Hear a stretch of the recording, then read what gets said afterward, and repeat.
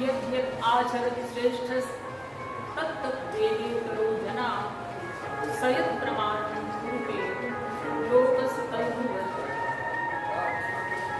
महापुरुष युग का प्रतिनिधित्व करते हैं। श्रीमद् भगवद गीता ये जो महावाक्य है, जो श्लोक है,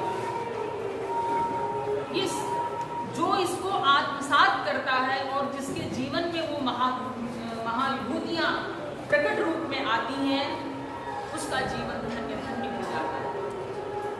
आज बहुत लंबे समय के पश्चात इस हिंदी सभा की पावन भूमि पर मुझे उपस्थित होने का अवसर मिला है।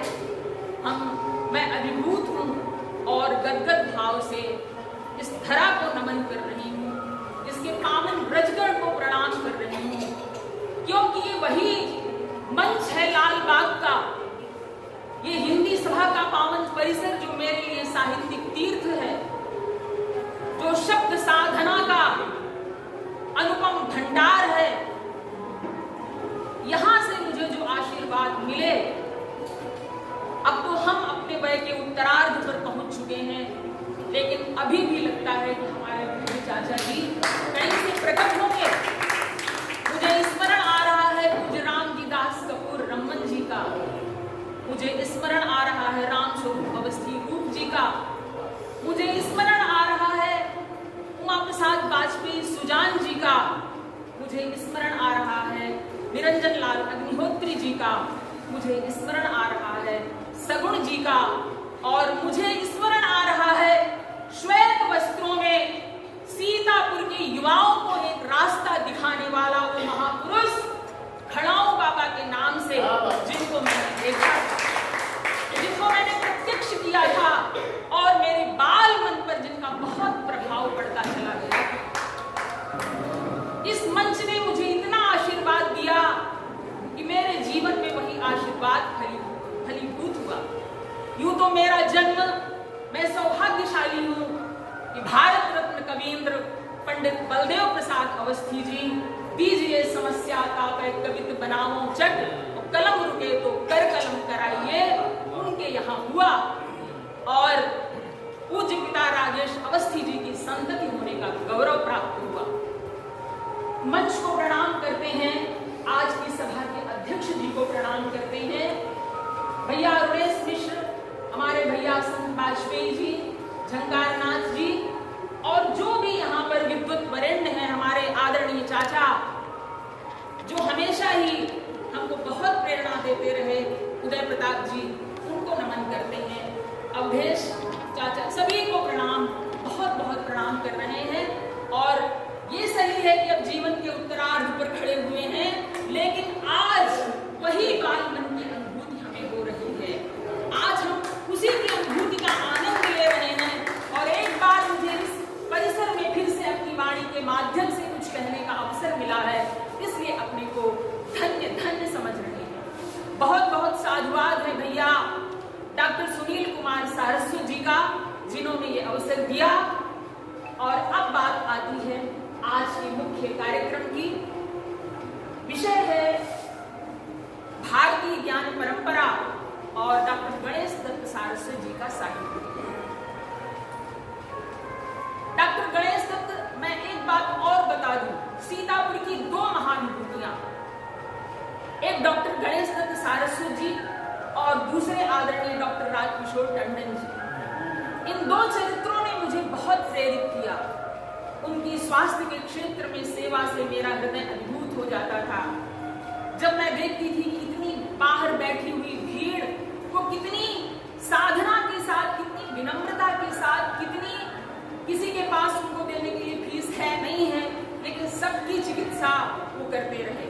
और दूसरे हमारे चाचा जी जो मेरे लिए प्रथम रूप में स्थापित हैं, आदरणीय डॉक्टर गणेश दत्त सारस्वत जी।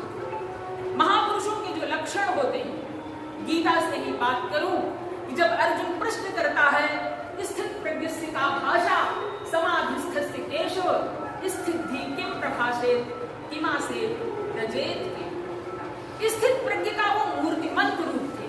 जब मैंने ये श्लोक पढ़ा तो मुझे लगा कि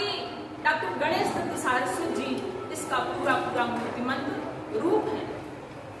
कोई हलचल नहीं रहती थी उनके व्यक्तित्व में। और भगवान ने उत्तर भी दिया, प्रजहात यदा कामान सर्वान पार्थ मनोगतान आत्मने आत्मना तुष्टः स्थिति उच्यते। वही स्थित प्रज्ञ है जो आत्मा से आत्मा में संतुष्ट रहता है। वो काव्य की आत्मा में संतुष्ट रहते थे, उसी में उनकी रहनी थी। और जब मैंने कबीर की पंक्ति पढ़ी कि साधो सबद साधना कीजिए, कि शब्दों की साधना कीजिए, शब्दों का आनंद अनुपम है, शब्दों की शक्ति अनुपम है, शब्दों की भक्ति अनुपम है, शब्दों का साम्राज्य अनुपम है। और शब्दों से जो संवाद निकलता है जीवन में, वही राष्ट्र को भी उन्नत बनाता है और वही हमारे जीवन के चरित्र को भी उन्नत बनाता है। मानस चंदन पत्रिका का प्रकाशन हमारे भैया सुनील जी कर रहे हैं।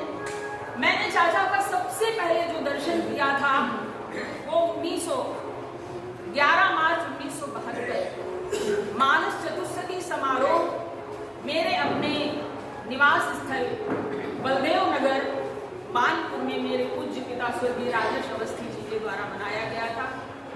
वो 2 दिन का बहुत बड़ा आयोजन था और उसमें जितने भी प्रदेश से लेकर के सीतापुर जनपद के सभी साहित्यकार वहां पर उपस्थित हुए थे।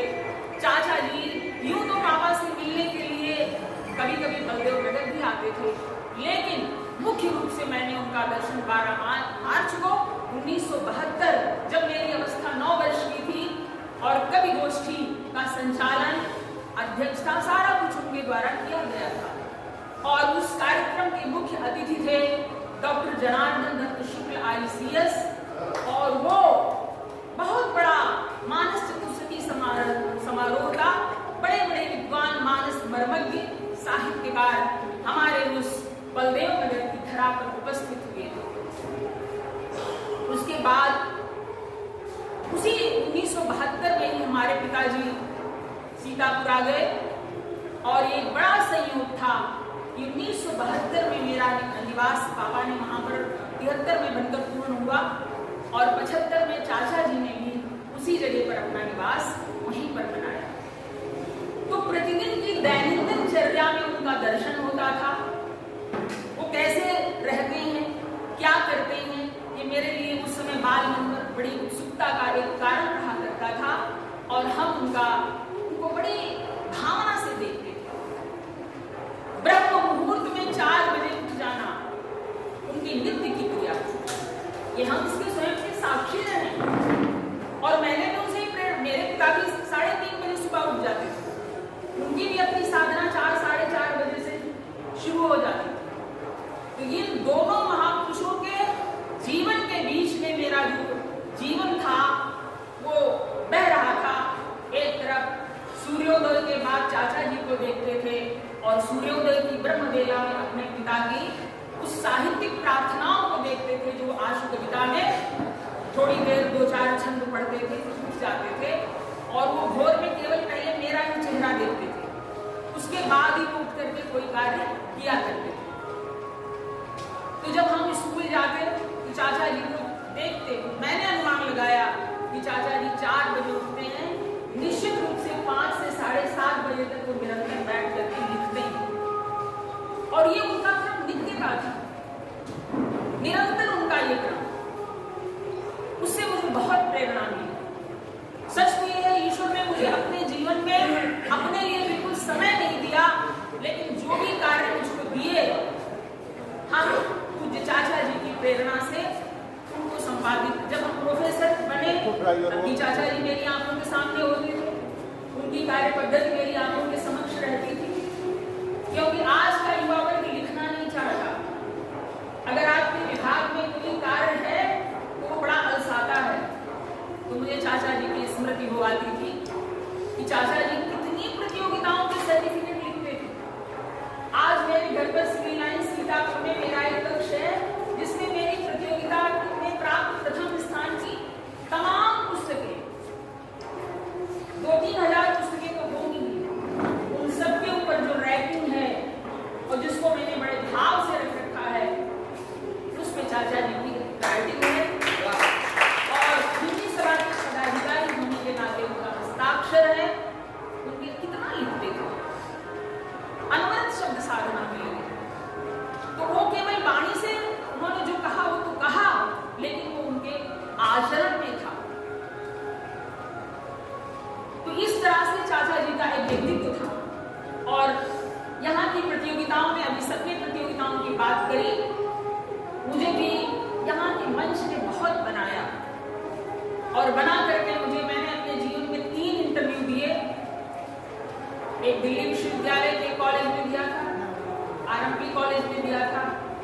श्री जय नारायण महाविद्यालय दुकानी कॉलेज के नाम से जाना जाता है, वहाँ दिया था और मेरा तीनों जगह सिलेक्शन हुआ। लेकिन मैंने ज्वाइन किया श्री जय नारायण स्नातकोत्तर महाविद्यालय। लेकिन वहाँ रहकर मुझे अपने सीतापुर की बहुत याद आती रही, अपने हिंदी सभा की बहुत याद आती रही, आप सभी आत्मीयजनों की बहुत याद आती रही। तो आज चाचा जी के इस 88 जो ये उनकी जन्म जयंती हम मना रहे हैं, वो जहां भी होंगे निसंदेह साक्षी भाव से हम सभी को देख रहे होंगे और उनकी जो चर्चा हम लोग कर रहे हैं उससे वो निसंदेह हम सभी को आशीर्वाद दे रहे हैं। सुनील भैया यज्ञ भाव से कार्य कर रहे हैं, मानस चंद्र निकल रहा है। मेरे पिता मानस वसुंधरा का संपादन और प्रकाशन करते थे। वो अपने समय की बहुत बड़ी पत्रिका, इसमें से बहुत से लोग परिचित भी होंगे उस बैठे हमारे चाचा जी उस ऑफिस में आते रहते थे गवाह के रूप में यहाँ। और जब मानस वसुंधरा बन गई, चाचा जी ने मुझे प्रेरणा दी थी कि नरोत्तम दास विशेषांक को निकालो। तो आज इस नरोत्तम सभागार और नरोत्तम दास विशेषांक उनके माध्यम से याद कर रहे हैं। तो मानस वसुंधरा जब बंद हुई तब उन्होंने मानस चंदन निकालना आरंभ किया और मेरे मन में आज एक भाव भी बैठे बैठे आ रहा था कि मानस वसुंधरा के माथे पर लगी हुई जो चंदन की बिंदी है वो है मानस चंदन। इसी भाव से वो पत्रिका निकल रही है, वैसा ही कलेवर लिए हुए, वैसा ही उसका मुख पृष्ठ है, वैसे ही उसमें साहित्य का सृजन हो रहा है, संपादन हो रहा है, छप रहा है, बहुत अच्छा लगता है। चाचा जी तो जीवन की आखिरी सांस तक मन में रहेंगे, उनकी प्रेरणा मन में रहेगी। और मैंने जो उनको पढ़ते हुए अनुभव किया वो ये, और एक बात और कह दूं उनके गार्हस्थ जीवन पर, क्योंकि सुषमा सारस्वत सम्मान के लायक भैया ने पता नहीं कैसे मुझे समझ लिया कि उनका जो जीवन था, क्योंकि वो रामचरितमानस से प्रेरणा लेकर चलते थे। तो मुझे एक तो कालिदास का श्लोक याद आ रहा है, वागर्थविव संपृक्तो। गणेश जी और सुषमा जी वागर्थविव संपृक्तो, वाणी और अर्थ के समान जुड़े हुए थे। और दूसरा गोस्वामी जी का भाव, गिरा अर्थ जल बीज सम कहियत भिन्न न। दोनों इसका मूर्तिमंत चाची जी मौन साधना अपनी करती रहती, अपने घर गृहस्थी के काम में लगी रहती, कभी कोई उलाहना नहीं, एक तपस्विनी की भांति। तो निसंदेह आज के अवसर पर हम कहेंगे कि डॉक्टर गणेश दत्त सारस्वत जी के साहित्य की सुषमा का नाम है श्रीमती सुषमा सारस्वत। उनके सारस्वत यज्ञ की साधना को सफल करने वाली वो महाशक्ति थी। उनके सारस्वत यज्ञ में जो जो शब्दों की आहुति पड़ती थी, जो जो सविधा पड़ती थी, उस देवी के द्वारा, उस महाशक्ति के द्वारा उनको प्रेरणा दी जाती थी कि तुम वो करते रहो, हमें अपने लिए तुम्हारा समय नहीं चाहिए। तो उनका बड़ा दिव्य गार्हस्थ्य था और उस सौंदर्य के आनंद में जो भी उनसे मिलने जाते थे, चाचा जी सबसे प्रेम से मिलते थे। चाची जी चाय बनाने में कभी रूसी कोड़ती नहीं थी। आजकल किसी को एक बार चाय बनानी पड़ जाती है, पता नहीं कितनी उल्टी सीधी बातें, लोगों के घर में चाय पीने का मन नहीं होता है कि पता नहीं कैसी चाय बन करके आ रही होगी, कितने दर्द से भरी हुई है चाय होगी। लेकिन बड़े भाव से वो उनकी साधना पर पुष्प निरंतर चढ़ाती रहती थी और गृहस्थी के कार्यों का संपादन करते हुए, आनंद में रहते हुए, चाचा जी को पूरा प्रोत्साहन देते हुए, सहयोग देते हुए वो उनकी दिव्य अर्धांगिनी थी। इन दोनों महाविभूतियों को और उनके दिव्य गार्हस्थ्य को हम बड़े भाव से नमन करते हैं। भारतीय ज्ञान परंपरा पर हमारी अनुजा प्रोफेसर मीनू अवस्थी जी ने गंभीर चर्चा की, भैया उमेश मिश्र जी ने बहुत अच्छी बात की, समन्वय की, बड़ी अच्छी बातें की। हम केवल प्रेम तत्व को उठा रहे हैं,